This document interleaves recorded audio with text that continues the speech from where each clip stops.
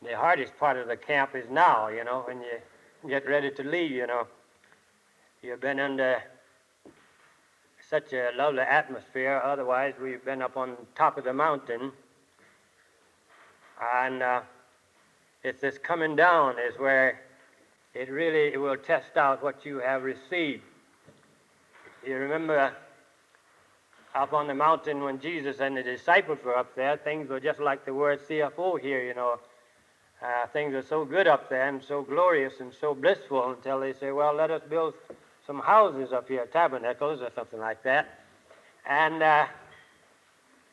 but you find that after Jesus had been upon the mountaintop, there was always a job when he came down. And remember that when he came down off the mountain, there was a boy that had fits down there. And his disciples had tried to heal him, but they couldn't heal him. And Jesus did heal the boy. And what I'm trying to say is that you and I are going home, and this mountaintop experience that you've had, you're going to find many things that you are going to be confronted with. Because after each experience, each spiritual experience, there's always something that will come into your life, somebody will come into your life, or some, not a problem necessarily, but something that you can use this that you have received here in. And you won't have to brag about how good it was here. For a while you can show them, but I'll tell you, the shine will come off, And the shine will come off, and you get right down and you begin to stand on the ground and face realities. But you must always remember the really true things and the real things that you have received here. You will never lose them. You may think you have lost them, but you will never lose them. You will find they have been a seed that has grown and will grow on. And after a while, you look back and said, well, I didn't know this thing was this big, but you'd been using it. And don't forget to use what you have. Now, if you go home and put this in a can, and put a seal on it, why, boy, you're in for something. It's not going to do you. It's not going to do you any good. You see, it'll spoil. It's like when the children of Israel got across the Red Sea, and they were hungry people. I still say they were CFOs.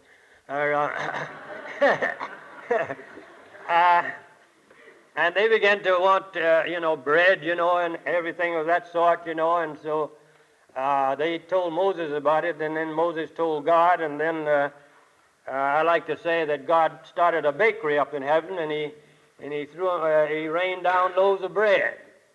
But this was very peculiar bread. It was a kind of a bread that you couldn't store up. You couldn't put it in a deep freeze, overnight.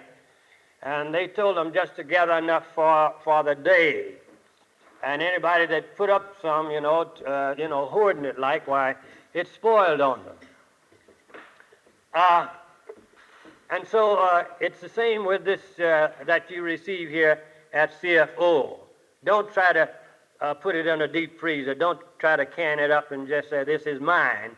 But give it to someone, whoever comes to your door, whoever you see that stands in need of what you have, this love of God and this halo business that this brightness on your face that comes. Let them enjoy it also. That reminds me about the about that bread that was baked up in heaven. The Jewish theologians say that bread could taste like anything that you wanted. They have a new wrinkle on that. They said if you wanted that bread to taste like meat, it was meat. If you wanted it to taste like, green beans or something like that, why, it would taste like that. Otherwise, it filled the bill, whatever your appetite called for. And you see, after all, I think we don't want to confuse ourselves with analyzing and cutting up the Spirit into too many pieces, because after all, there is one power. But in that one power, there is everything you need, whatever you want it for. If you want it for healing, it's there. If you want it for strength, it's there. If you want it for courage, it's there. If you want it for anything of that sort, why, this is what you have is able to do it. And don't be stingy with it. Give it, and then you can receive it. That's the law of the kingdom. Don't forget that. If you hold it, you lose it. If you lose it, why, you can hold it. That's funny talk, isn't it? But that's kingdom talk. See, the least down here is the greatest up there. The greatest up there is the least down here. See, that's the way it is in the kingdom. Just the reverse of what it is on earth. And so when you go back, give. Just give everything you've got. And you'll find that even this time next year, your capacity to receive will be much larger. And as you go back to, don't forget this, that the same thing every now and then, the thing that you have felt here will come through in mighty force. Don't forget to pray. Don't forget to meditate. I can't stress that too. I've tried to stress that in every prayer group that I've been. It's one of the finest things, and to me, it's one of those that if there isn't any corners to cut, as far as spiritual growth is concerned, you can cut the corners when you meditate consistently. It's a hard job, not a hard job, but it is a tedious job, I would say, because our minds, regardless of what you and I think about it, it's not as tame as you think it is. It's really the wild horse. And if you want to try to tame it, while you start trying to tell it to concentrate on any one thing in a length of time, you'll see how it really is. And another thing, last night, I may not have gotten it over out there last night, but I do want you to go over the life of Jesus time and time again, because if you will get into that stream of his life, into that spirit of his life, it's a thing, it's so powerful that it can save you from many a pitfall in this spiritual adventure. There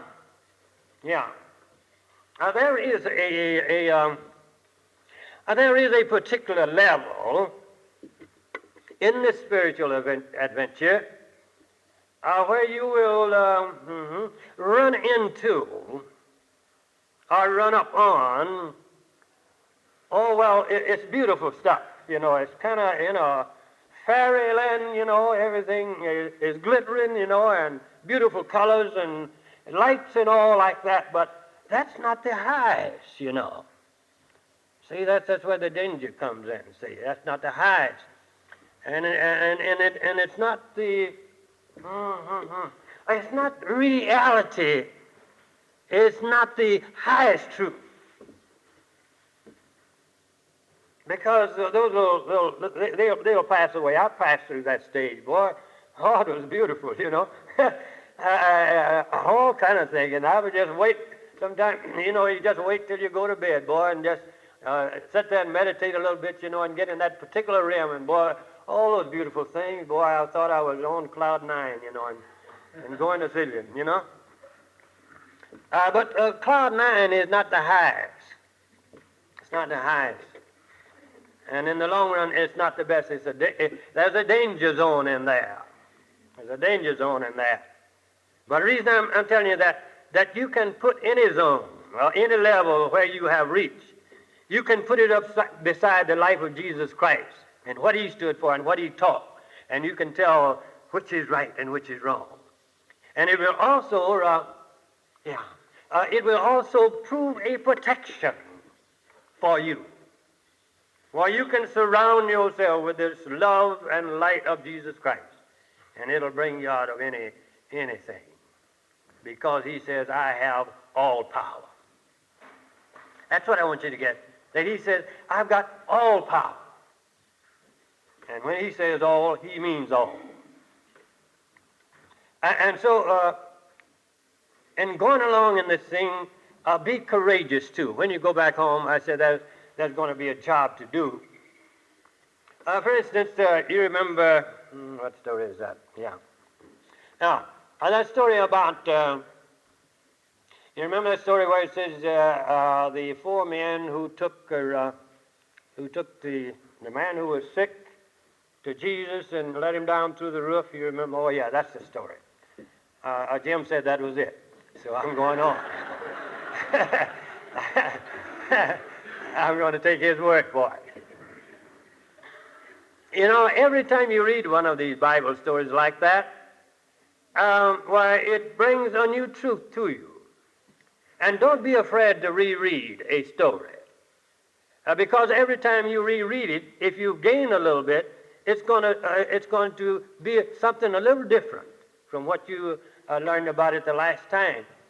I like to think of this story and kind of put my own imaginations into it about these four men who went down the street to get their friend and take him to Jesus. Now, we don't know what this man's ailment was, but there is a tradition, or whatever you want to call it, that this particular man was a priest. And here he was sick. And these men took it upon themselves to go down. They heard that Jesus was in town, and they knew about his power of healing, and they made it up among themselves. They said, come on, let's get together here, and let's go down and get our friend. I don't know whether he even was a friend or not. I don't know whether he lived next door or not, you know. He might live way across town. But anyhow, they thought so much of this friend and said, let's go get him. And so they went and got him and put him on one of these beds that they used in that time.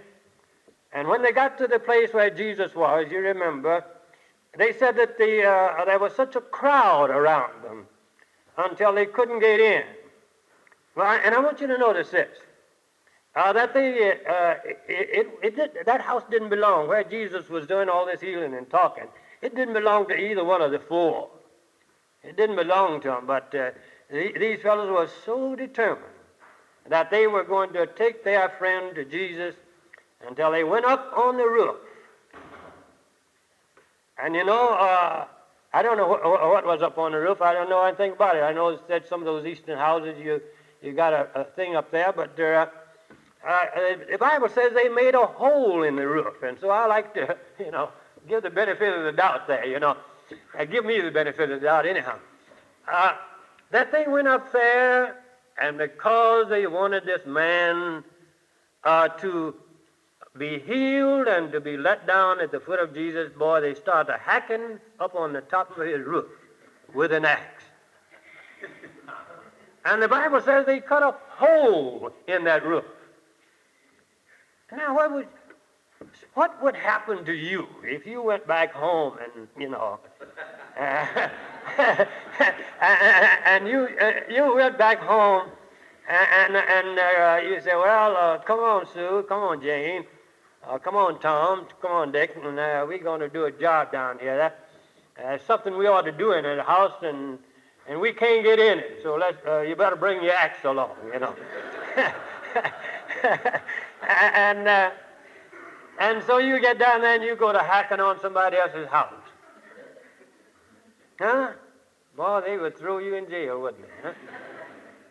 But these men did that. And I imagine as they went on up, well, it was a kind of a tedious job. But every now and then, I think one would holler to the other, and there's four of them, remember?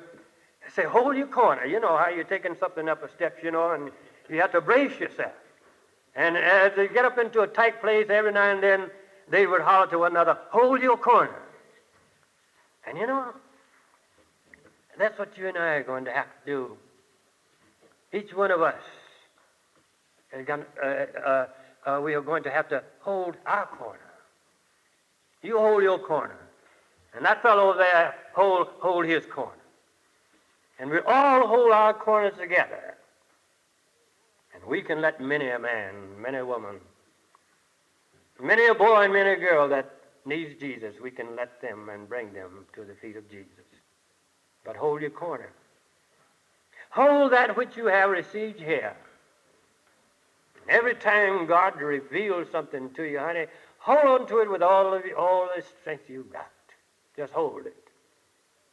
It may be a little rough, and maybe you might have to stumble, but, hold it anyhow. And not long ago at our church here, we had some very fine men, and some of the men are very, very strong. Some of them had worked in the South and knew how to handle bales of cotton, and all that. And whenever I want something lifted, I call on some of the boys that were born down around Mississippi, and boy, they can get under something, and just make it go along like all get out, a piano or anything like that. And they know how to do it. They do it in a perfect rhythm. We were taking a piano from the basement floor up into the Della Warfield room. They got a room there they call it Della Warfield room, dedicated to my wife. And they do it in perfect rhythm. They get out, all of them get out and say, "Now are you ready?" And they say, "Yes." And everybody move, and then as they go up steps, it's just a perfect rhythm. Everybody moving and holding their corner, see, and in perfect rhythm. And that's the thing is very essential in this whole thing, is that you move in rhythm and in unison with what you know deep down in your heart. That's the thing about it. Be sure and do that. And this man, you remember, was let down at the feet of Jesus. And and Jesus looked at this man and said, "Thy sins be forgiven thee." Now, if that was a priest, that was an embarrassing situation, wasn't it? Huh? Yeah. It'd be the same in my town, Here they're bringing me to be healed, and then Jesus exposes me and says, "Bernie, your sins be forgiven me." And they say, "Well, the gossip would start then, didn't it? Yeah, the gossip would start. Say, "Oh,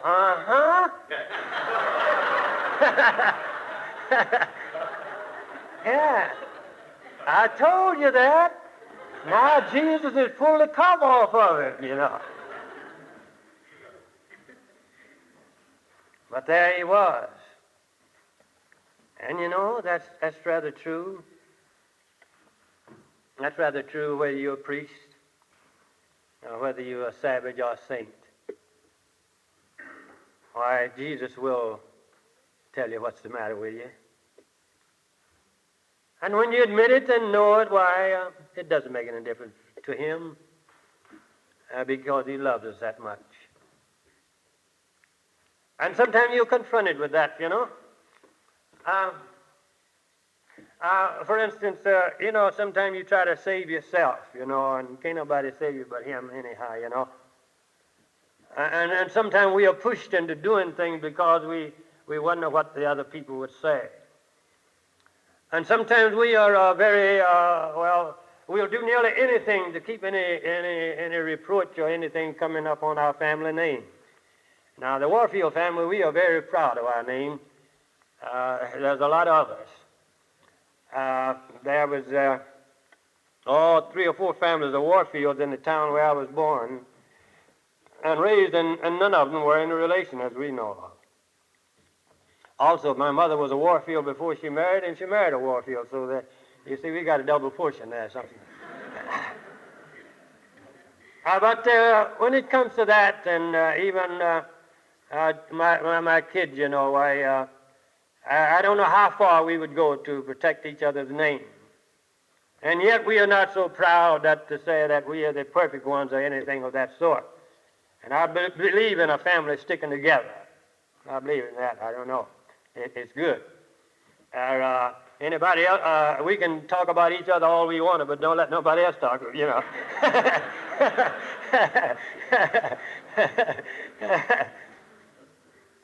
But as I go along, And maybe things come up, or I see some other situation. I said, well, suppose that was my boy. What would I say and what would I do?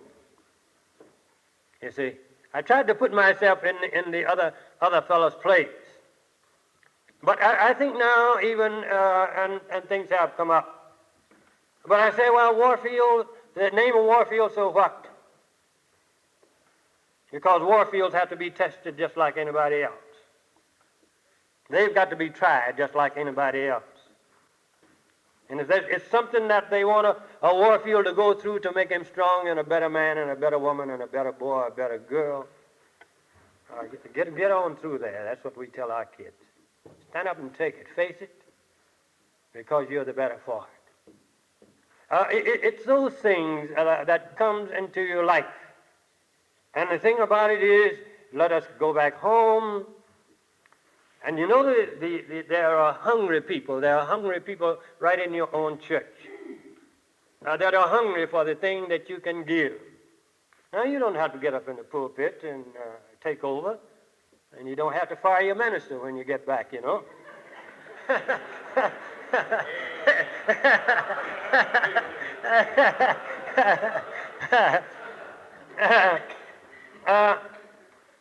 But you get in there, and with this spirit that you have, this humble spirit that you should have when you go back there, and you will find that you can be a powerhouse for good in your local church.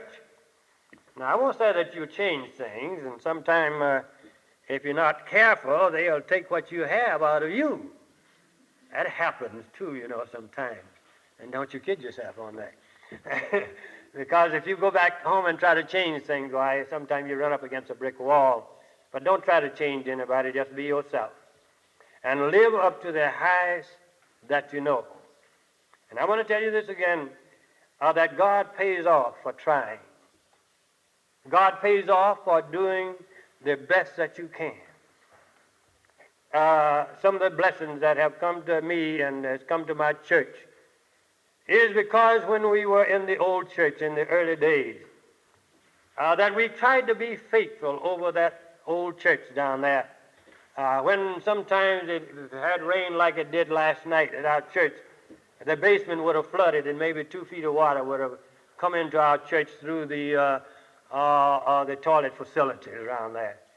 And how many times my wife and I have gotten down there with old brooms and nobody to come and help us. I don't know what was the matter with the membership. They must not have loved us. But my wife and I had to get down there and put old boots on, and she would get there near the kitchen where the water had come in, and I would get way up this way, and she'd brush the water part of the way, and I'd take old broom and swish it on the rest of the way, in order that it might get out. And sometime we couldn't get it all out before that old gooey mud that had backed up from the sewer and from the river and everything was on the floor. And we'd have to take a hose and just go all over it and scrub, and then she sweep and I sweep, and we got it out. But we never did stop sweeping. We just kept on sweeping. We never did get back off of any job, whether it's making a fire or what it was. We just kept on serving. And you know, on October 23rd last year, we swept ourselves out of that old church and into another one. He'll do that. You just keep on. I know it's drudgery. You say, well, I ought not do this. Suppose I had been one of those fellows who say, well, I'm the big minister. I'm not supposed to, you know. I'm not supposed to do that, you know, with my white collar on and all that stuff, you know. And but I'd do it again. And they know we'll do it again. Because Dell and I have gone along this many years. Let's see how long we've been married now. Let's see. 17, 7 from 11, 4. 44 years this past June. 44 years.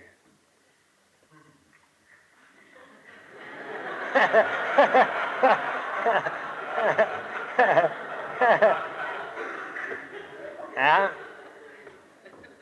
I was nothing but a schoolboy when I married, 17. But we've been together all that long time. It hasn't been easy, no, but ever since I've gone into the ministry, I was telling somebody yesterday, when I found my place, And when I accepted that call from that little old church in Noblesville, I fell into the place right there, and I knew I was in the right place. Yes, the money got low, yes, but I was in my right place. And sometimes I didn't see how we were going to educate our children, but I knew I was in the right place. And I know now that all I have to do is to be in the right place, and God will do the rest of it. He'll do the rest of it. Be faithful over that that God has made you a rather overseer. And one of these days He'll lift you up out of that you so dread. I think it came up in one of our prayer groups about what kind of a job. Whatever kind of job you do it the best you can. Because God has given you that at that particular time. If you be faithful over that small thing, He'll make you ruler over something bigger. And that's what I tell young people and young preachers anyhow when they go into a church. They look at our church there, around 400 membership. They see two choirs singing every Sunday morning, and they see people crowd. They see an usher board of about 10 or 12 uniformed ushers and all like that, and they see that long, when we open our service, that long choir coming down and singing "Oh, How I Love Jesus" in a rhythmic way there. And they look back and say, well, if I could get a church like that, yeah, it's all right. But it wasn't always that way. And all I had to do is go back about 20 or 23 years, and it wasn't like that. But I just stood there and did the best that I could with what I had. And honey, I want to tell you, God will move. God will move. And I want to tell you this,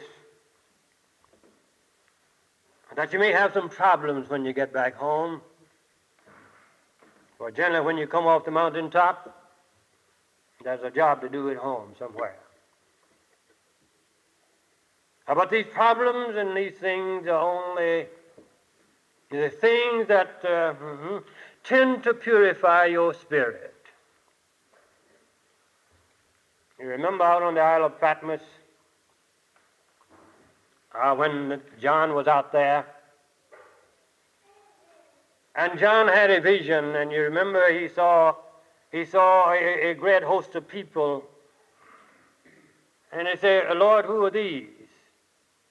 And he went on to say about the 12 tribes, the 144,000, etc. And then he said, he looked again, and there was a number who no man could count. And the question was asked, who are these? And I like these three words. These are they that have washed their robes and made them white in the blood of the Lamb, in the life and in the nature of the Lamb of God.